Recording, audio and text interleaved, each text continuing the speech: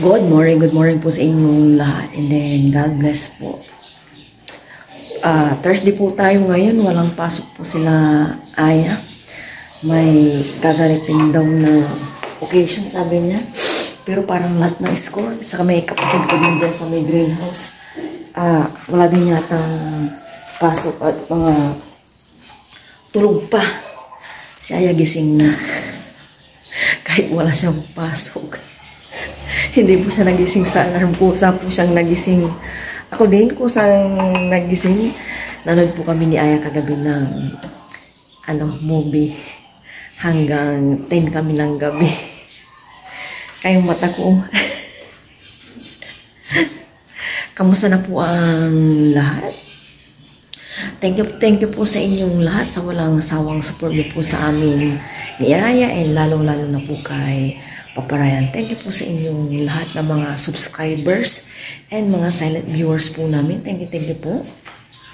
Kahapon po, nung wala na akong ginagawa, mga 4:20, yan, naisipan kong maglinis na dito, palitan ang curtain sa pin ng ref, tapos doon din po, yan, napalitan ko na, kaya wala nang problem. Kahapon binabad ko na rin po yung pinagtanggalan ko dito ng curtain. Mamaya ko na lang lalabhan. Maya na lang, yun na lang curtain ang lalabhan ko. Bukas laba ulit ng mga damit.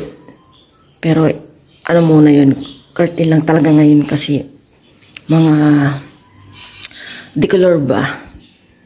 Thank God at lagi akong malakas.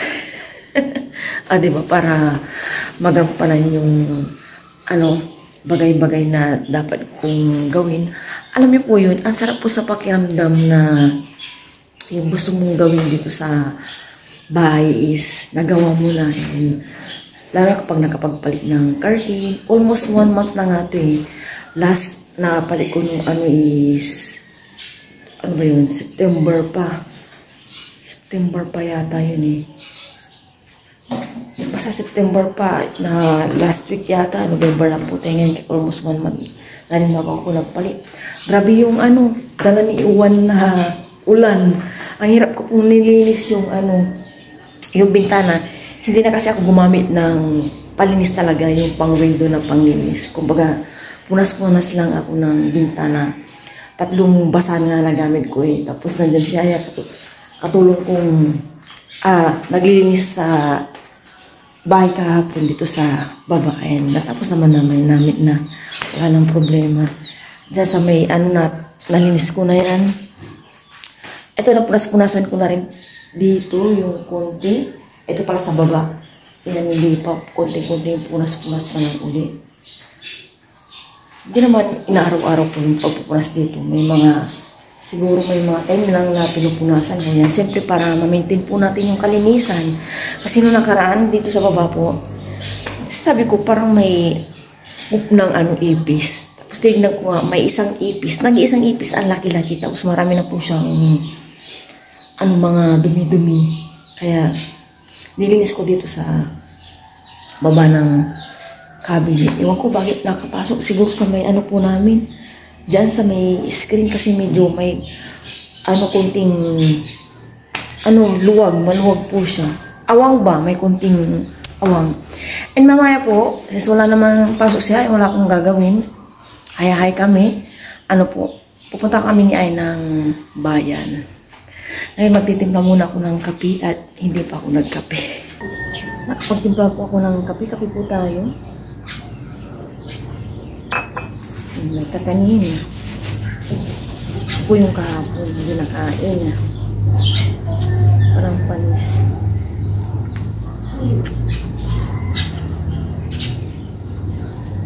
Parang namamatay na po yung tinanim nito para na guyaban. Naglalagas na po yung mga dahon.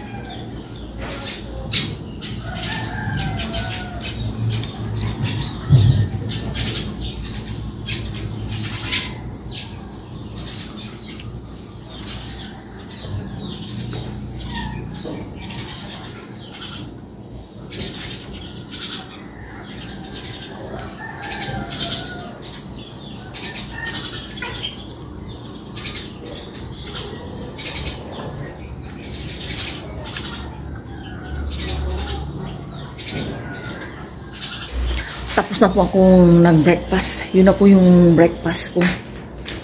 Papasok na po ako sa loob. Gawin ko na po yung dapat kong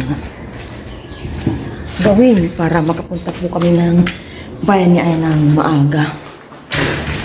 Pangasinan Day ba ngayon? Kasi parang tingnan ko din Pangasinan Day. Tapos naman si Aya, tinanong niya sa kanyang teacher kung Pangasinan Day. Ang sabi, hindi daw. Ano ba yan? Kukuha sila ng yung Christmas, parang ayuda kay Tito Arwin. Alis na po kami ni Aya ng bahay. Sinanay ko kasi may pupuntahan. Bali, kukunin po yung mga tawag nito, mga binibigay ng government. Yung kapatid ko pong pulis, napaaga yung kanilang ayuda. Yung sa Christmas po. Sige na, labas ka na. Oo nga, hindi na ako nagtapiti.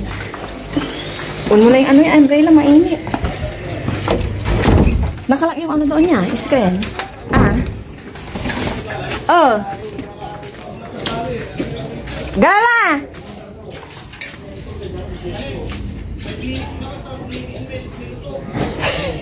Parang nang mulat sara mo guga.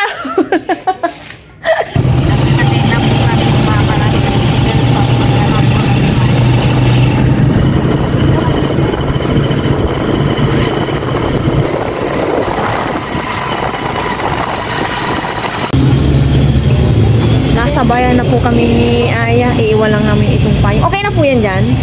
Halika yan. Okay na daw yan. Grocery na kami. Taray.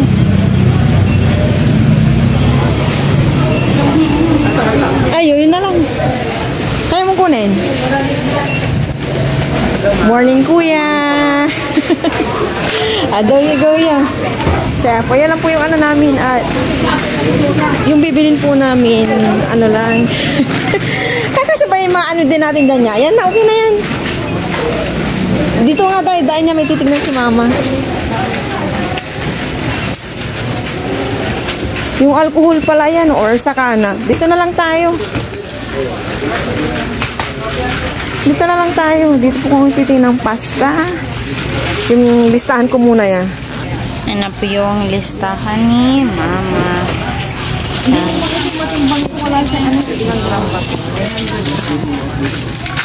Ano? Gram. 1 kilo. Pili-pili po si mama.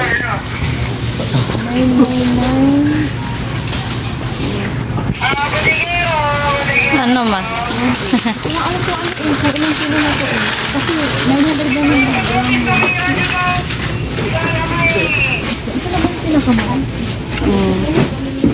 Sauce naman po para po sa spaghetti.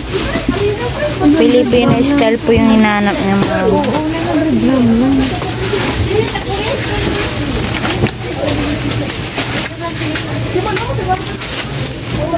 Naman.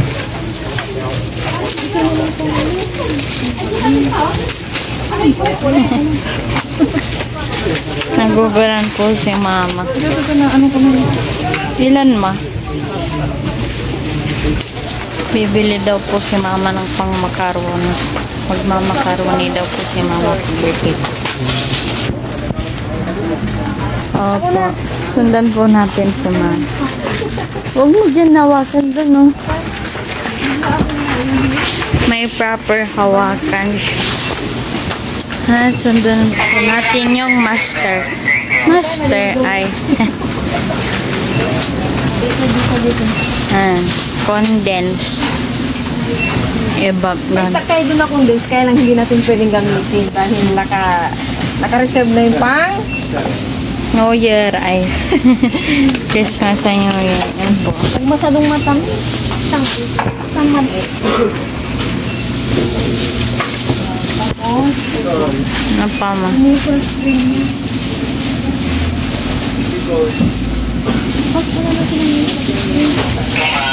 Nagpabili po ako kay mama ng isang biscuit. Pero ba't utos natin yun? Opo. Si mama po. Tara, dapat pala hindi ganito yung natin. Magaan pa tayo sa Mama.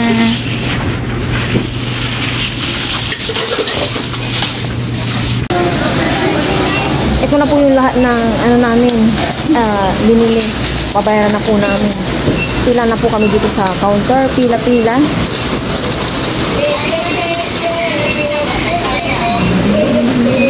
May gold coin siya, oh. Hindi na muna. Meron yan sa labas. Yung tingi-tingi niya. Tingi-tingi.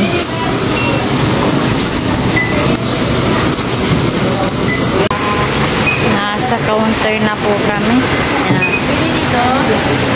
Ito na po yung mga pamili po namin ni Mama. Tapos ayan po yung container. Pinabox ko na po lahat para isahan bit-bit and less hassle. Punta muna kami sa CSI after po neto. Nasa palengke na po kami ni Aya. Yun, kanina po walang ilaw. Bumalik tayo doon, pero sarado ya eh. Papais ko po yung relo ni Aya. Hindi ko po alam po anong problem. Nag-stop na po siya and late na. Yeah! Akala namin brown out. Parang may ano lang pala. Nagkaroon ng problema. May inayos lang na linya. Pero hindi pa po talaga. Lahat ng malasiki may ilaw na.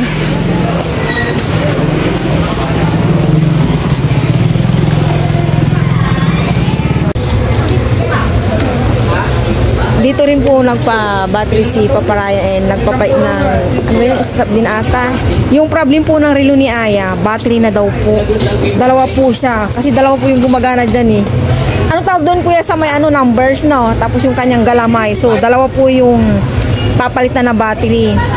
250 ang isa. Sabi ko kay kuya, bawasan pa lang may pamasahe kami. And then siguro isunod ko itong ipatingin sa akin. Minsan kasi ano, advance na. Ilang years po yung ipapalit nyo, kuya? Isang taon po, pero parang hindi na umanda. Ano po, kuya? Hindi siya umanda. Hindi na umaandar yan?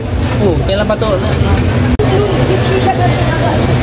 Hindi na daw po umaandar. So, hindi siya So, hindi battery po, no? Hindi, wala na rin laman yung battery. Wala na rin naman. Paayusin po ni kuya. Sana magawa po. Sayang. Favorite relo po ni Aya. Si Pink Panther na lang yan yung isa. Pink Panther. Kaya lang masikip na yun sa'yo, no?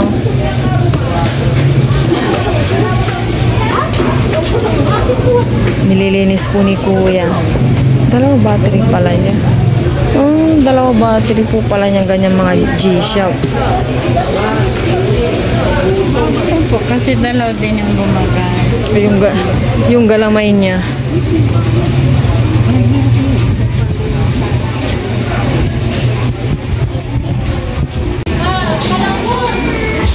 Nagawa na po itong relo ni Aya. Battery lang po pala. And pag ganito po siya na G-Shock, dalawa po pala ang battery niya. Puro gabi pa rin. And si kuya, inintay po namin sa aming sukli. Thank you kuya. Kakatapos lang nagmerenda ni Aya, oh. Simon, isang corn dog. Siya lang po ang kumain. Ayaw po. Hinihintay na lang po namin yung ayan na po yung grocery pala. Alis na po kami. Thank you po kuya. Hindi may panalo ng mao.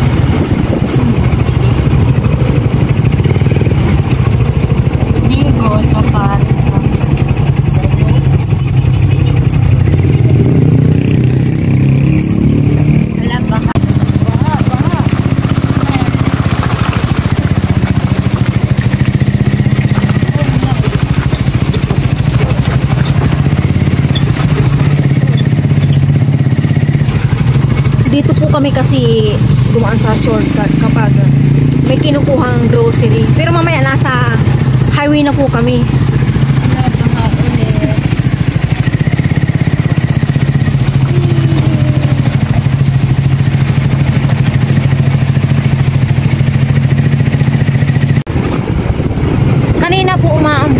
na lang nawala na.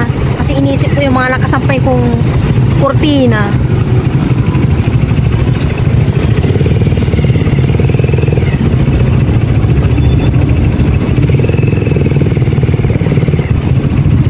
Highway na po kami. Pauwi na po. Ganda ng kalangitan niya, oh. Ano? Maulap na maulap. Pero pag naka-iPhone, iPhone 17 Pro Max. Ang itim-itim ng mukha natin dito. Ang gawa ng araw, sadyang nangitim na tayo. Nandito na po kami ni Aya sa bahay. Pahinga lang ng konti and magluto na po kami ng kanin and yung nabili namin na isda, galunggong lang. Pangdagdag po sa yung gulay natin dyan. Hindi, yung isa pang gulay dyan pang isda. Ano ba yan? Ano ba yung inisip ko? Kalabasa, sita. Hindi tayo magkakalabas sa sitaw. Pang pano na lang. Prito na lang muna tayo nga ng isda. Kailangan konti eh. Nasa bundang pala yung namin, pinamalingke. Pinamalingke yung grocery. Yung po yung binili namin is para sa birthday po ni Aya. Yan, niready ko na. Ayaw kasi yung one day before birthday ni Aya, tsaka ako mamimili. Sa Sunday po kasi, may maglilinis ng aircon. Ayan. Kaya niready ko na para wala na akong iisipin. Yung pang-ricado na lang na iba. Yung pork, tsaka giniling yung ganun.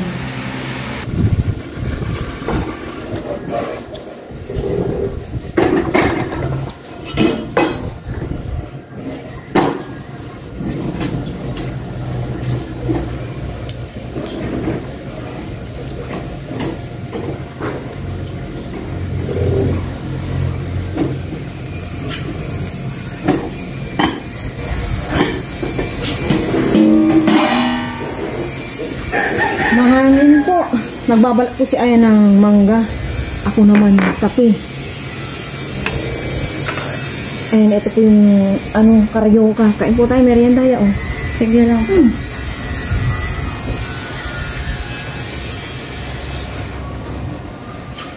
Nagsaing na po si Aya.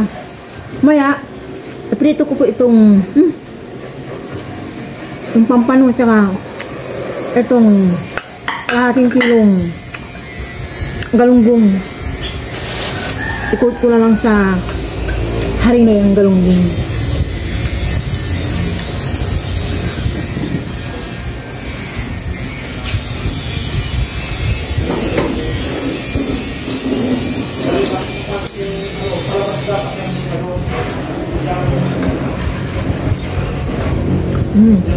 Marunong na po siya magbalat. Hinugasan mo na niya? Hindi. Hinugasan mo ah.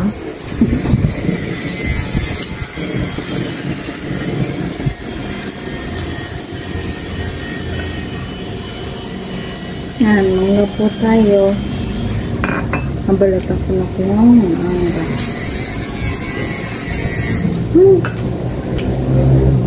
Wala. Tapos na po akong nagmerienda. Magprito naman na ako ng isdang pampano yung galunggong. Yung kanin ni Ayang sinaing niya okay na. Nilipat ko lang po dito itong kawali. Ito munang pampano ang iprito ko.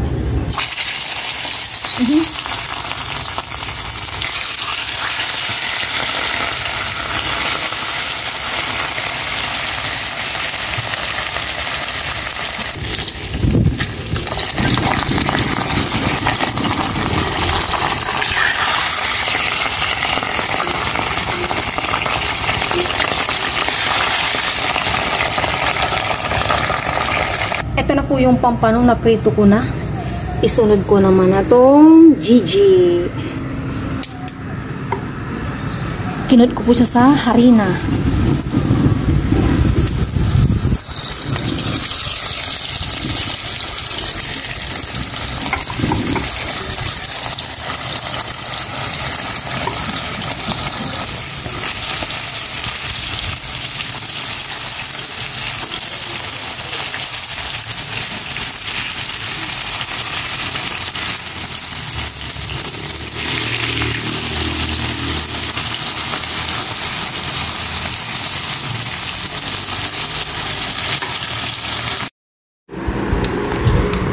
Kakain na po kami ni Aida ng lunch, and then saktong pagkakain po namin, dumating din po si Papa Ryan.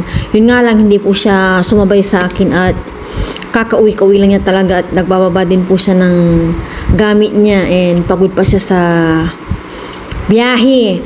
Nandito na naman po tayo at naka voice over dahil maingay po ang kapaligiran sa music. Nag-sounds po kasi ang aking kapatid din sa greenhouse. Kaya eto, nag-voice over na lang po ako. Hindi na po sa aming sumabay si Papa Ryan. Pero after po namin kumain, nung nakapagpahinga na siya, kumain na rin po siya. Yan na po yung aming ulam, prito lang. Gumawa lang po ng sausawan na tuyo, suka. Ayan. Ang ganda po palang magprito kapag nakut po siya sa harina. Hindi masyadong matilamsik and may pagka crunchy po. Nagkamay na lang po kami ni Aya para alam nyo na iwas tinik. And may pinahabol po si Papa Ryan dyan na natira niyang ulam sa kanyang pagkakamping. Naglitsong paksiw ata siya. Kaya inulam namin. Ayan na, kinuha na po ni Aya yung tirang ulam ni Papa Ryan sa kanyang camping. Litsong paksiw. Yun, o diba? Inubos na namin at konti na lang. Tira na nga lang niya. Masarap po yung anong ginawa niya.